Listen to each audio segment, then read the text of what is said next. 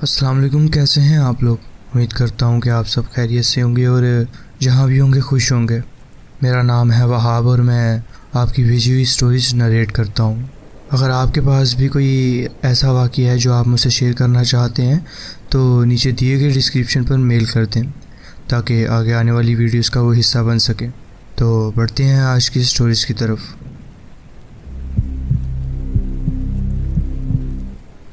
अस्सलाम वालेकुम। मेरा नाम फ़ज़ान है। मुझे अब तक ये समझ नहीं आया कि मैं पैरानॉर्मल चीज़ों पर यकीन करूं या नहीं। कभी कभी लगता है कि शायद ये सिर्फ दिमाग का वहम होता है, लेकिन फिर कुछ ऐसे वाक़यात याद आते हैं जिसे किसी भी तरह से आम या नॉर्मल नहीं कह सकते। अजीब और गुमसुम रातों में जो मंज़र मैंने देखे हैं, जो आवाज़ें मैंने सुनी हैं, उनकी लॉजिक समझना मुश्किल लगता है। लेकिन अगर ये सब सिर्फ एक धोखा या दिमाग का वहम होता तो मुझे हर बार उसी तरह थर थर कांपने वाले एहसास का सामना क्यों करना पड़ता।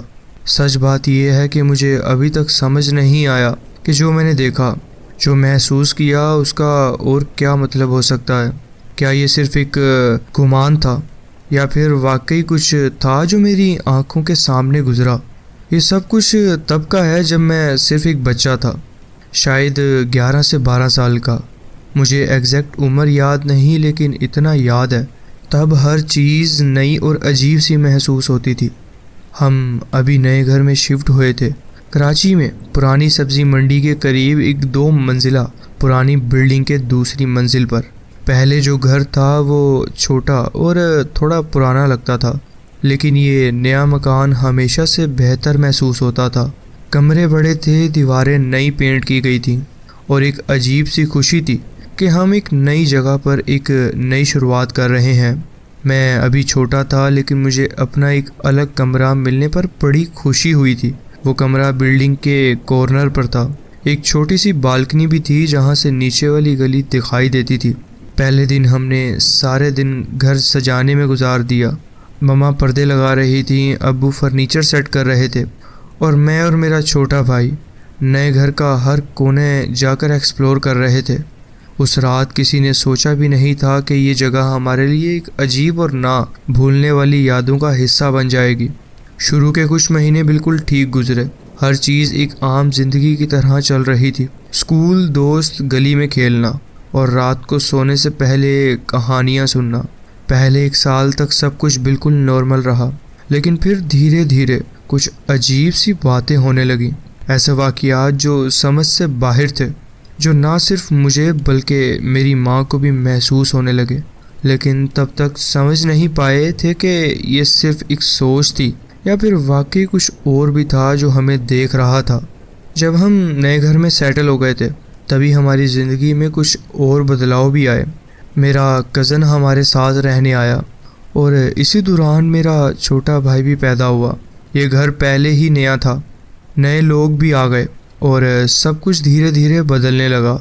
लेकिन सबसे अजीब बात यह थी कि इसी वक्त मुझे महसूस होने लगा कि जैसे कोई मुझे देख रहा है, हर वक्त, हर जगह, जैसे कोई साया मेरी नज़र के कोने में हमेशा रहता हो।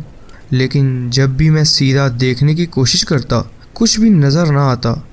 मैं बचपन से ज़्यादा मिलनसार नहीं था। मेरा वक्त अक्सर या तो अपने ख़्यालों में या फिर अपने खिलौनों के साथ गुजर जाता। मेरे वालिदैन मुझे नीचे गली में ज़्यादातर खेलने की इजाज़त नहीं देते थे, क्योंकि वहाँ अजनबी लोग अक्सर घूमते रहते थे। उनका कहना था कि हम नीचे आपका हर वक्त ध्यान नहीं रख सकते, और ये बात मुझे समझ भी आती थी। इसलिए जब मेरे दोस्त अपनी गलियों और मोहल्लों के मैदानों में धूम मचा रहे होते थे, मैं अक्सर अकेला अपने घर के अंदर खेल रहा होता था। कभी अपने कमरे में, कभी ड्राइंग रूम के एक कॉर्नर में बैठकर कहानियाँ पढ़ता या फिर अपने खिलौनों के साथ मज़ीद एक नए किला बनाने की कोशिश करता था। लेकिन धीरे धीरे ये अकेलापन एक अजीब सी चीज़ बन गया। पहले ये सिर्फ एक एहसास था, एक हल्का सा शक कि शायद कोई मुझे देख रहा है। लेकिन फिर ये महसूस होने लगा कि जैसे मैं सच में अकेला नहीं हूँ। कई बार जब मैं अपने कमरे में होता तो मुझे लगता जैसे कोई मुझे कोने से देख रहा है, जैसे कोई पीछे से झांक रहा हो। कभी कभी मुझे लगता था कि जैसे कोई सांस लेने की आवाज़ सुनाई दी, बहुत धीमी लेकिन इतनी करीब से जैसे कोई भी मेरे बिल्कुल पास हो। पहले मैं सोचता था कि ये सिर्फ मेरा दिमाग का वहम है, लेकिन धीरे धीरे ये एहसास एक हकीकत लगने लगे। ये अजीब महसूस तभी शुरू हुए जब मैं घर में अकेला होता था। जैसे ही घर में सिर्फ मेरी मौजूदगी रहती, एक बेचैनी सी महसूस होने लगती थी। पहले तो ये हर जगह महसूस होने लगा, मगर सबसे ज़्यादा मेरे कमरे के साथ जो स्टोर रूम था वहाँ पे ज़्यादा महसूस होता था। स्टोर रूम में अक्सर अंधेरा रहता था, जहाँ दिन के वक्त भी एक अजीब सी ठंडक महसूस होती थी। मुझे अक्सर लगता था जैसे कोई वहाँ चुप कर खड़ा हुआ है, मुझे देख रहा है, लेकिन जैसे ही मैं पलट कर देखता सिर्फ खाली दीवारें नज़र आती थी। कभी कभी ये महसूस इतना गहरा होता था कि मैं फ़ौरन वहाँ से भागकर किसी रोशन जगह पर चला जाता था, किचन या लाउंज में जहाँ मेरे वालिदैन होते थे। लेकिन जैसे ही वापस जाने की हिम्मत करता, वही बेचैनी वापस आ जाती थी। सबसे अजीब बात ये थी कि कभी कभी मुझे अपनी आँख के कोने से कोई शख्स नज़र आता था, जैसे बस एक झलक, एक हल्का सा नक्श, जैसे कोई एक लम्हे के लिए किसी दीवार के पीछे या दरवाजे के कोने से झांक रहा हो। लेकिन जैसे ही मैं अपनी नज़र सीधी करता, वहाँ सिर्फ खाली जगह होती थी। कई बार मैंने अपने आप को समझाया कि ये सिर्फ मेरा वहम है या शायद मेरी आंखों का धोखा, लेकिन ये हर बार इतना हकीकी लगता था कि मैं कभी कभी अपनी सांस रोककर उस जगह को देखता रहता, सिर्फ ये देखने के लिए कि शायद कोई वापस नज़र आ जाए।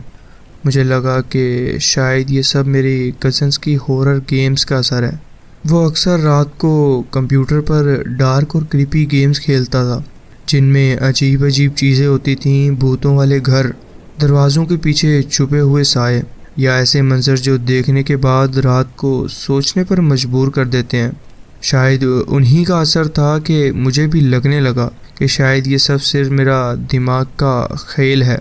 लेकिन फिर एक दिन कुछ ऐसा हुआ जो सिर्फ मेरा वहम नहीं हो सकता था, एक ऐसी चीज़ जो मैं कभी भूल नहीं सकता था। कुछ महीने गुजर चुके थे। एक रात जब मैं अपने बिस्तर पर लेटकर नींद यानी सोने की कोशिश कर रहा था, तभी मेरी नज़र दरवाजे की तरफ गई। पहले तो कुछ भी अजीब नहीं लगा, लेकिन फिर एक पल के लिए मुझे ऐसा महसूस हुआ कि जैसे कोई वहाँ खड़ा हो, मुझे देख रहा है।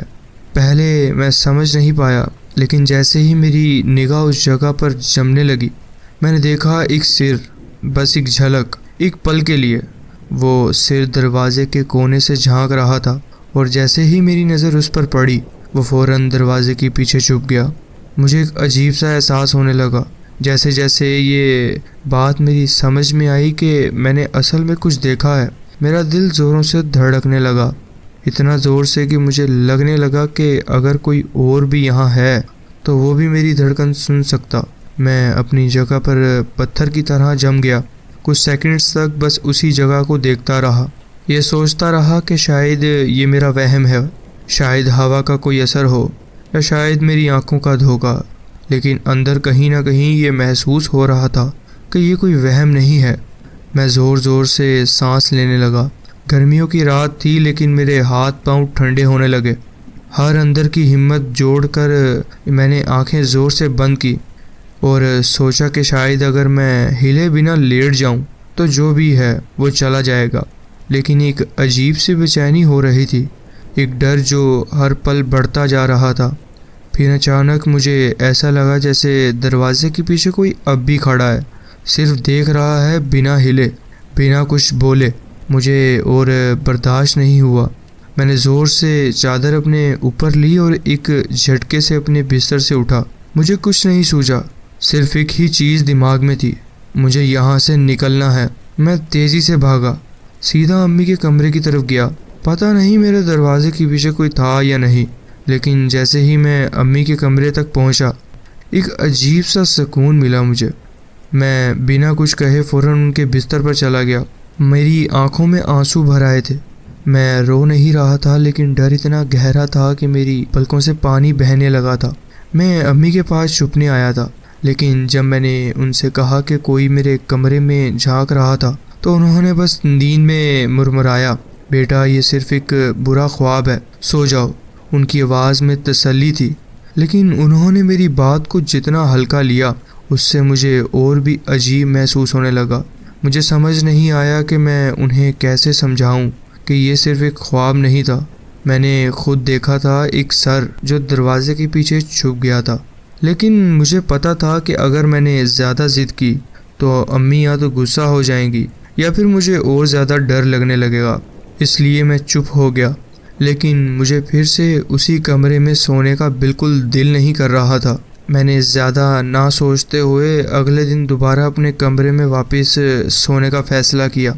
वो बेचैनी जो पहले सिर्फ महसूस होती थी अब एक सच्चाई बन गई थी। अगली रात जब मैं अपने बिस्तर पर लेटे अंधेरे में देखने की कोशिश कर रहा था, तब मुझे वही अजनबी एहसास फिर से महसूस होने लगा।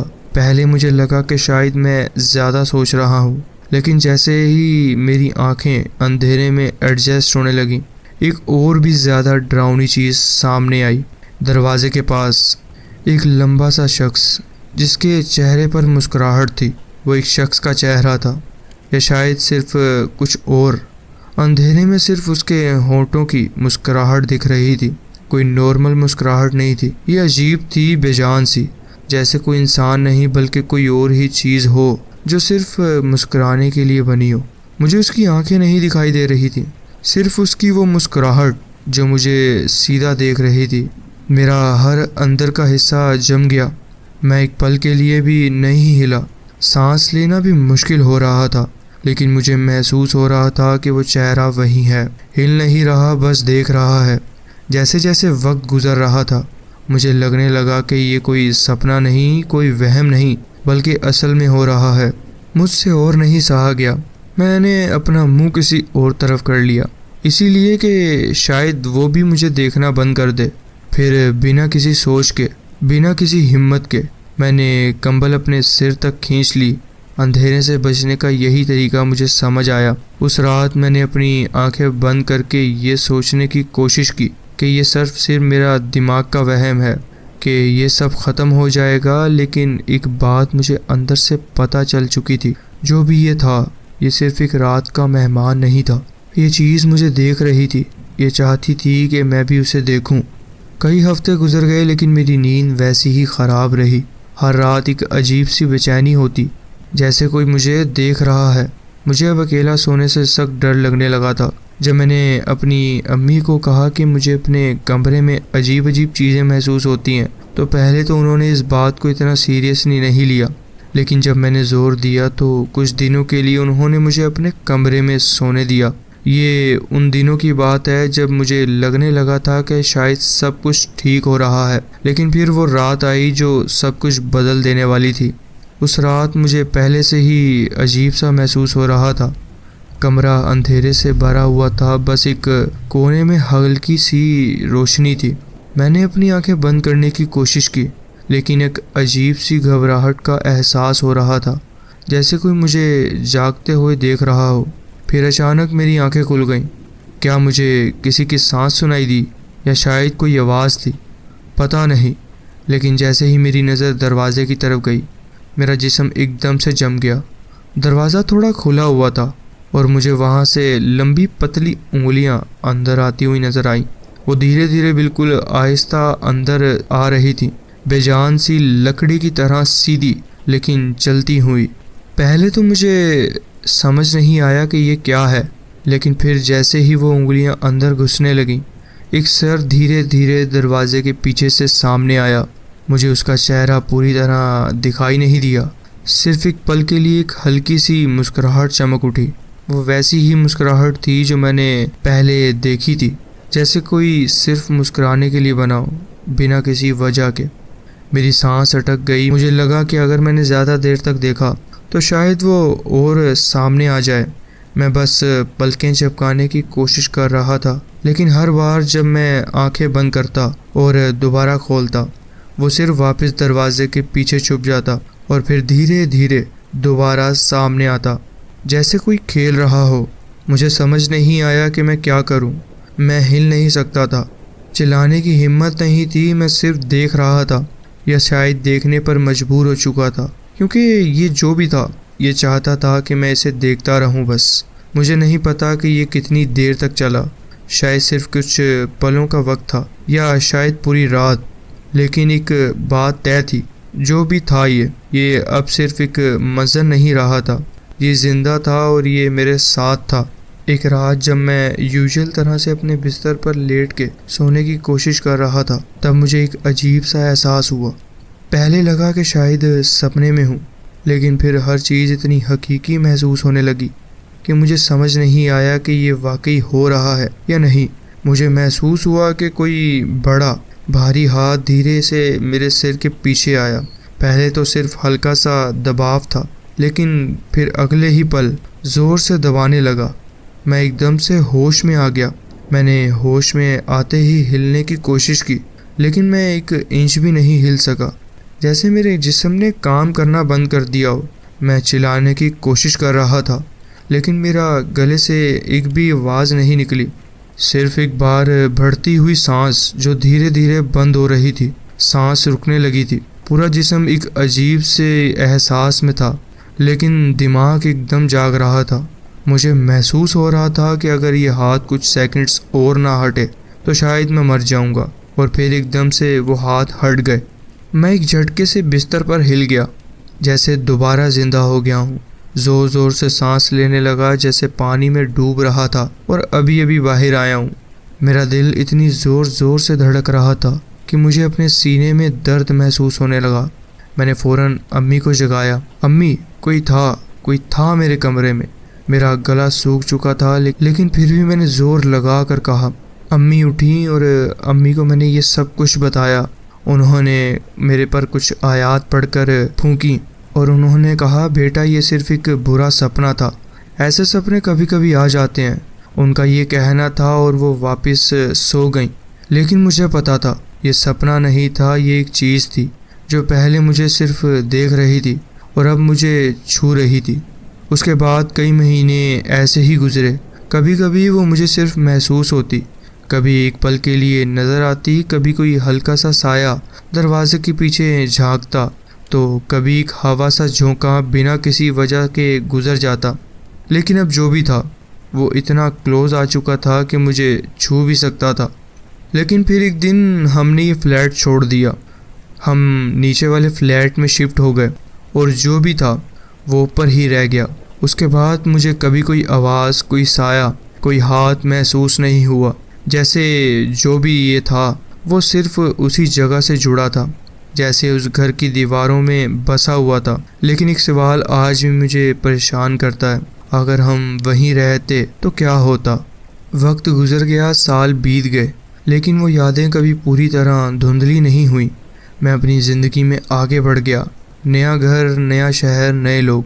लेकिन कभी कभी जब अंधेरा होता, जब मुझे किसी खाली कमरे की हवा थोड़ी ज़्यादा ठंडी महसूस होती, तब वो पुरानी यादें फिर से ज़िंदा हो जाती।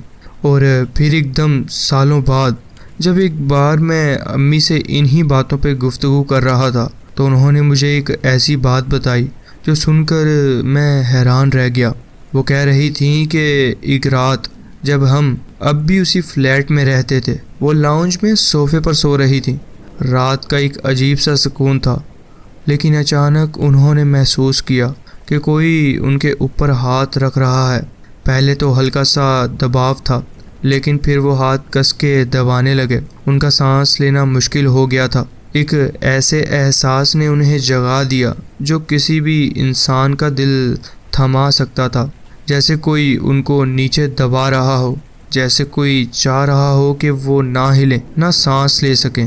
उन्होंने कोई अजीब आवाज़ भी सुनी, जैसे कोई पुरानी कागज़ों के कुरकुराने की। वो आवाज़ बिल्कुल असर करने वाली थी, एक अजीब सी गूंज जो महसूस होती थी लेकिन समझ नहीं आती थी। अम्मी ने ज़ोर लगाकर एक बार कहा, हटो, और जो भी था वो एकदम हट गया। जब उन्होंने आंखें खोली तो वहाँ कुछ भी नहीं था। एकदम खाली लाउंज, एक बंद दरवाज़ा और सिर्फ एक एहसास कि कोई अब भी वहाँ मौजूद है। जब अम्मी ये बात बता रही थी तो मुझे एक अजीब सी अनईज़ी फीलिंग हो रही थी। पहले तो मुझे सिर्फ ये लगा कि ये सिर्फ एक कोइंसिडेंट है, लेकिन फिर मुझे याद आया जब मैं अम्मी के कमरे में भाग कर जाता था, जब मैं उनसे कहता था कि कोई मुझे देख रहा है, कोई मेरे कमरे का दरवाजे पे है, कोई मुझे तकिए में दबा रहा है, तो अम्मी हमेशा कह देती थी कि ये सिर्फ एक सपना है। मगर अब समझ आया, शायद उन्होंने ये बात मुझे तसल्ली देने के लिए कही थी। शायद उनको भी कहीं ना कहीं यकीन था कि जो मैंने देखा, जो मैंने महसूस किया, वो सब हकीकत है। और सबसे डरावनी बात ये थी कि जो भी ये था वो सिर्फ मुझे नहीं, अम्मी को भी महसूस होता था। लेकिन वो मुझे तसल्ली देना चाहती थी।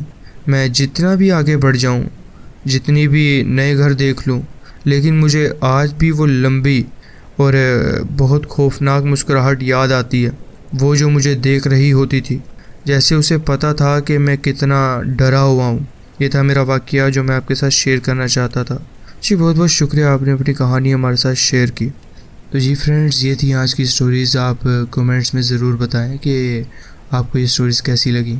अगर आपको ये स्टोरीज़ अच्छी लगी हो तो वीडियो को ज़रूर लाइक कीजिए और चैनल को ज़रूर सब्सक्राइब कीजिए और बेल आइकन को ज़रूर प्रेस कर लीजिए ताकि आगे आने वाली कहानियाँ वीडियोज़ आपसे मिस ना हो। अपना ख्याल रखें और मिलते हैं नेक्स्ट वीडियो में। अल्लाह हाफिज़।